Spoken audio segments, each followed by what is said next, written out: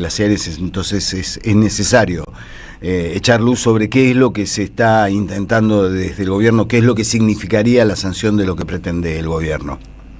Sí, y está deliberadamente ausente, ¿no? Creo que fue una estrategia de silenciar uno de los 3 temas, porque solo 3 temas hubo y hay en sesiones extraordinarias. Uno, la reforma laboral, que como dijiste vos, se llevó casi todos los debates, o por lo menos la atención pública. Después la baja de imputabilidad que presentaron a último momento. Y el tercer tema, que está desde diciembre, puesto, incluso tuvo un dictamen de comisión en diciembre, es la modificación regresiva y a medida de la ley de protección de glaciares, ¿no? Un tema que, si nosotros estamos convencidos que si tomara Estado público y hubiese un debate, ni siquiera los votantes oficialistas soportarían esto, ¿no? Digo, es tal el nivel de entrega, y hecho además para 4 o 5 emprendimientos mineros que son los que están detrás de esta reforma hace muchos años y ahora consiguieron el momento oportuno, es decir, entregar los glaciares y el ambiente periglacial, que es donde nacen los ríos de nuestro país, de la gran parte de los ríos de nuestro país, para la explotación de 4 o 5 emprendimientos muy puntuales, uno de los cuales, el proyecto Vicuña, estuvo reunido con el presidente en Casa Rosada la semana pasada con fotografía y todo, ¿no? Así que es muy preocupante y, como decís vos, no se habla, está prohibido, este tema está prohibido en los grandes medios de comunicación, por ejemplo. ¿A qué podríamos atribuir este silencio resonante? ¿Intereses empresariales, comerciales? Sí, bueno, son las empresas más poderosas del planeta, ¿no? Digo, detrás de estas mineras está, por ejemplo, el fondo buitre BlackRock, ¿no? De dos de los 5 proyectos tienen mineras de las cuales es accionista BlackRock, o sea, Estados Unidos. Después tenés ahí a Inglaterra también detrás de BHP, que es el proyecto Vicuña. Es decir, tenés los grandes, son empresas muy, muy poderosas, con tentáculos por todos lados y que están acostumbrados a este tipo de cosas. Y el objetivo, como dije antes, ni siquiera es hablar bien del proyecto, sino que no se hable, ¿no? Es muy difícil defender este proyecto, no hay defensores, ¿no? Y entonces la mejor estrategia es esta, ¿no? Estamos a 3 días de que se va a tratar y la mayor parte de la opinión pública argentina no sabe ni siquiera que se va a tratar. Incluso por información que tenemos, porque nosotros venimos trabajando, bueno, esto ya nos sorprende, ¿no? Pero la mayoría de los senadores no saben qué se va a votar, qué significa esto, es increíble. No han leído el proyecto, ¿no? Cosa que lo encontrás una y otra vez, ¿no? No lo leí. Enrique, Raúl de la Torre te saluda. ¿Qué tal, Raúl? Este fin de semana justamente estuve trabajando sobre el tema minería y encuentro con el caso del proyecto Vicuña del grupo Lundin, los canadienses, con capitales también, como vos decías, británicos. Prácticamente, primero, le fueron a presentar a Milei un proyecto de inversión de 18.000 millones de dólares. Pero lo condicionaron a que salga la ley de glaciares. Inclusive algo que me han comentado es que el gobierno le ofreció, dice, bueno, sacamos un DNU para habilitar que se pasen por arriba la ley de glaciares y las empresas estas le contestaron, no, queremos la ley, necesitamos la ley, porque estos son proyectos de mediano plazo como mínimo y necesitan la ley. O sea, están presionando y condicionando la inversión a que salga la ley de glaciares. Esto ¿cómo se traduce? Es impresionante. Sí. No, es impresionante. Esa información también la tenemos. A mediados de año hubo la intención, o por lo menos se rumoreaba de que iba a sacar un DNU, que iba a modificar la ley, ya lo ha hecho con otras leyes, ¿no? Claro. Una barbaridad. Y que los abogados de las empresas mineras, los CEOs de la empresa minera, a través de sus abogados, le dijeron, no, lo queremos por ley. O sea, imponen hasta de qué instrumento se va a usar. Escribieron ellos la ley, o sea, lo que se está votando ahora, se va a votar este jueves, está escrito por los abogados, no solo de Lundin. Lundin en Vicuña está asociado a BHP, que es australiana, que fue la del desastre minero en Brasil, de la represa de Mariana, que mató a más de 20 personas y arrasó un pueblo entero. Es decir, eso es el prontuario de quienes están hablando. Y que tiene un poder de lobby muy grande, que se reunió 2 veces con el presidente este año. Miren que el presidente trabaja poco, vieron que no tiene muchas reuniones, está de viaje permanente. Bueno, hay 2 reuniones en Casa Rosada, metiendo presión en este sentido. Siempre que salen estos debates se habla de miles de millones de dólares. Esto pasó en el 2010 cuando sancionó la ley. Miles de millones de dólares que no son ciertos, que no ingresan al país, que están condicionados por tanto la ley de inversiones mineras del año 93, menemista, bien menemista, que se mantiene a la actualidad y ahora potenciada con el RIGI. Es decir, que gran parte de esos miles de millones de dólares, la mayor parte, ni siquiera ingresa al país porque es maquinaria o bienes de capital que no pagan siquiera impuestos cuando ingresan porque están exceptuados, no pagan, tienen exceptuado el impuesto a las ganancias, y un montón de cosas, incluso el tope de regalías, recordemos eso, que eso está vigente del 93, como dije antes, que establece el tope de regalías del 1,6% por los minerales que extraen, un verdadero saqueo, esto lo gritaba, recordemos, Pino Solanas. Pero aún si fuera cierto, tenemos que pensar como sociedad, digo, yo cuestiono el saqueo minero, etcétera, pero aún los que creen en eso, si estamos dispuestos a sacrificar nuestros tanques de agua, ¿no? Porque estos son verdaderos tanques de agua que alimentan a 7 millones de personas y que dan vida y trabajo, y que representan, porque a ver, para que se entienda, no es que se quieren llevar los glaciares ni el agua de los glaciares, sino que quieren explotar minerales que están abajo de estos glaciares. Es decir, Vicuña tiene, según el inventario nacional de glaciares que establece la ley actual, formaciones glaciares y periglaciares en su área de explotación.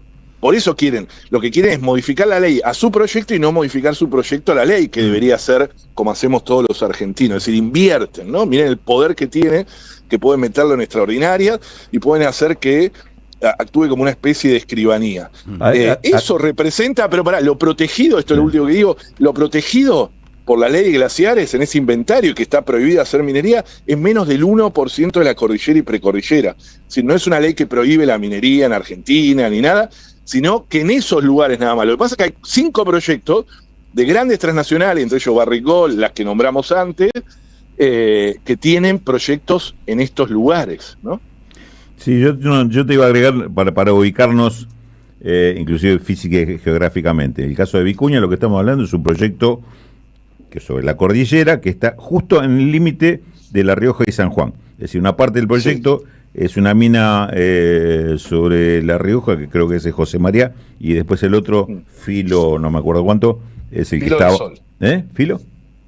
Filo del Sol. Filo del Sol. Le ponen nombre siempre muy lindo. Sí, no, casi poesía, casi poético, claro. Claro, me dan ganas de aprobar la ley con ese nombre. Y esto que decía, acá lo tenía, sí, en Filo del Sol, en suelo sanjuanino. Y Ron Hochstein se llama el personaje que trae la promesa esa de inversión multimillonaria, que le trae todas las soluciones a Milei. Recordaba esto, Enrique, esto fue algo que me lo dijo hace poquito en una charla que fui a dar ahí en Palermo, un médico que del público, un médico, un veterano, un médico retirado, me dice, yo te voy a decir lo que veo de la economía, de lo que yo sé que es la ciencia médica. Dice, hay 2 cosas que han salvado vida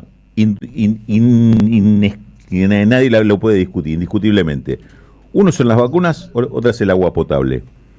En Argentina tenemos un presidente que se caga en las 2. No le importa ni la vacuna ni el agua potable. Dice, con lo cual mi conclusión es, la evidencia científica acá no sirve para nada. Para la discusión política no sirve. Estamos ante un hecho, digo, ¿por qué traigo esta anécdota? Porque me parece que estamos ante un hecho tremendo, terrible esto de la ley de glaciares. Que si no generamos conciencia con esto, no despertamos la importancia que tiene esto, vamos muertos. Es terrible porque esto es irreversible, ¿no? Digo, yo me opuse fuertemente y me opongo a la reforma de la ley laboral, etcétera, pero con algún otro gobierno lo vamos a poder recuperar, esperemos, ¿no? Aunque va a ser difícil, no es fácil, hay muchas cosas de los 90 que no pudimos recuperar, pero tiene posibilidades de recomposición. Los glaciares, una vez destruidos, no hay forma de recomponerlos. Esa es la desesperación que tenemos nosotros, porque estos proyectos están ahí en la gatera, ¿no? Están esperando esta luz verde para aprobarlos, es decir, y lo quieren hacer ahora de una forma express, todo lo contrario a lo que pasó en el 2010, que había un debate nacional, yo creo que ustedes se acordarán, el famoso debate Filmu-Bonazo, que terminó en un acuerdo, que fue en prime time de la televisión, todo el mundo hablaba de esto. Ahora nadie, ¿no? Y me parece que es deliberado y es y que tiene esas intenciones, ¿no? De pasar por abajo la entrega final y que está en concordancia con el modelo de gobierno, ¿no? Un modelo de gobierno reprimarizador de la economía, al paroxismo, destrucción de la industria, destrucción de la ciencia. Este proyecto es anticiencia también, ¿no? Porque ataca al instituto que hace el inventario ahora, ¿no? Que es un inventario que depende del CONICET, que es nacional, que es de mucho prestigio, y le deja decir qué glaciares se van a proteger y no a un funcionario de segundo nivel provincial. Ese es el objetivo de la ley, ¿no? Y que esa es la idea, ¿no? Que laburen algunos en minería, en energía fósil, algo del agronegocio, y el resto Rappi y Uber, ¿no? El problema es que en un momento vamos a estar todos manejando el Uber y nadie lo va a estar pidiendo, ¿no? Sí. Ese es el problema. Justo hablábamos de eso. Justo estábamos hablando de eso. Enrique, ¿cómo estás? Jorge Duarte te saluda. Te pregunto por algo que al gobierno y también supongo que a las mineras que ponen tanta plata en medios, en gobiernos, en legisladores, le debe interesar, que es la situación de la discusión pública. ¿Cómo ves la discusión pública en las provincias que van a estar impactadas por estos proyectos? Si es una discusión pública abierta, sostenida, o que de alguna manera está ganada en este momento por las empresas a fuerza de que no hay nada de trabajo y prometen algo. No, ni siquiera se llega a esa instancia, ¿no? Nosotros creemos que si llegáramos a esa instancia ganaríamos el debate, sino que hay un silenciamiento, ¿no? Incluso en provincias que tienen una gran historia. Mendoza sigue luchando por el agua, ¿no? Tuvo todo ese episodio y sigue teniéndolo. Lo que pasa es que hay una... A ver, esto también en paralelo hay un ataque a la democracia, ¿no? La democracia se reduce al mínimo en los lugares donde entra la minería, lo que está pasando en Mendoza, que tiene presos por defender el agua, por manifestarse. Hubo una represión salvaje. Sí. Varias represiones y gente que la mandaron a cárcel común, que después la justicia termina desestimando porque es un disparate, pero se come 15 días, 20 en una cárcel común, porque los mandan a cárcel comunes, y eso tiene un efecto amedrentador con el resto de la población. Lo mismo pasa acá, en Buenos Aires, que lo vemos. Esas represiones tienen ese objetivo, es decir, no permitir el debate. Y también tenemos una oposición también que creo que no está a la altura de las circunstancias, y eso a mí me apena mucho. No es lo mismo, en el 2010 teníamos a Pino Solanas, a Rubén Justiniani, o sea, un montón que defendían la ley, al mismo Bonazo, a Filmus, es decir, teníamos gente que se ponía al hombro esto, y ahora la misma oposición cae en la trampa y no está poniendo en el debate este tema, ¿no? Cuando lo llaman aún por otros temas, o alguien que esté... El Senado es muy complejo. El Senado, es desopilante también, ¿no? ¿Saben quién hizo el mejor discurso en el 2010? Pero el mejor que Pino Solana. ¿Quién? Que hay que decirlo. Luis Juez, el cordobés Luis Juez. Búsquenlo porque es una defensa del agua contra las corporaciones mineras que nos vienen a saquear, todo votando este proyecto, porque esta ley es del 2010. Ahora ¿qué va a hacer Luis Juez? Porque está enjabonado, no dice qué va a hacer, ¿no? Bueno, todos suponemos, está votando todo casi como un escribano, ¿no? Claro.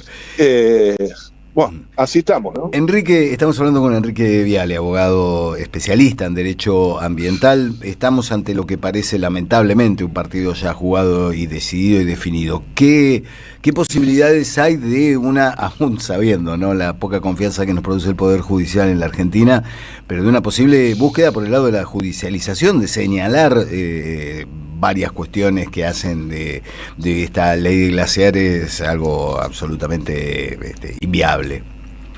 Bueno, dos cosas. Una, no está todo decidido, ¿eh? Nosotros queremos, el jueves estamos haciendo como una multisectorial, donde van a ir distintos colectivos a la puerta del Congreso. Los votos no los tienen, el poroteo no lo saben. Y no está el poroteo porque no tienen proyecto. O sea, el dictamen que hicieron es tan malo que dijeron que van a hacer otro, pero todavía no lo hicieron, están a 3 días.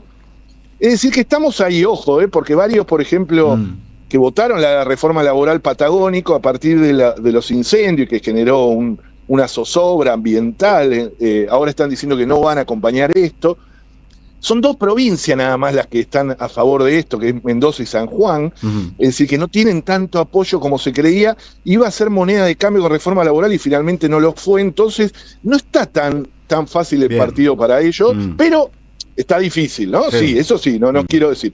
Eso por un lado. Y después lo otro es, hace poco salió una carta de 500 constitucionalistas, especialistas en derecho ambiental, institutos de derecho ambiental, diciendo que este proyecto es manifiestamente inconstitucional. Nosotros, por ser fundamentalmente regresivo, es decir, por violar el principio de no regresión ambiental, es decir, una vez que lograste determinada protección no podés volver atrás, nosotros obviamente, en el caso de que se apruebe, lo vamos a judicializar nacional e internacionalmente, porque además Argentina firmó un tratado ambiental, que es el Tratado de Escazú, que tiene rango legal. Es decir, que tenemos instrumentos. El problema del Poder Judicial es que va siempre al ritmo del poder, ¿no? Pero bueno, nosotros lo vamos a judicializar. Ese documento de constitucionalista lo firmaron desde constitucionalistas más de izquierda, se quiere, como Roberto Gargarella, hasta Daniel Sapsay. O sea, para que se den una idea, la coincidencia de la barbaridad que están haciendo en el gobierno, ¿no? Enrique, te agradecemos el contacto, la data y poner un poco sobre la mesa lo que se está jugando este jueves en el Congreso. Te mando un gran abrazo, seguramente volveremos a hablar siguiendo el tema y dependiendo de cómo siga la cosa ahí en el Congreso. Muchas gracias por llamar y por poner este tema en debate. Gracias. Un gran abrazo. Enrique Viale, abogado especialista en Derecho Ambiental, hablando de la ley de glaciares como algo que además es un daño irreversible. Como bien lo dijo, los glaciares si los destruyen, no hay manera de volver atrás. Podemos poner un poquito al aire. Está hablando en este momento Claudia Sheinbaum en México, una conferencia de prensa. A ver.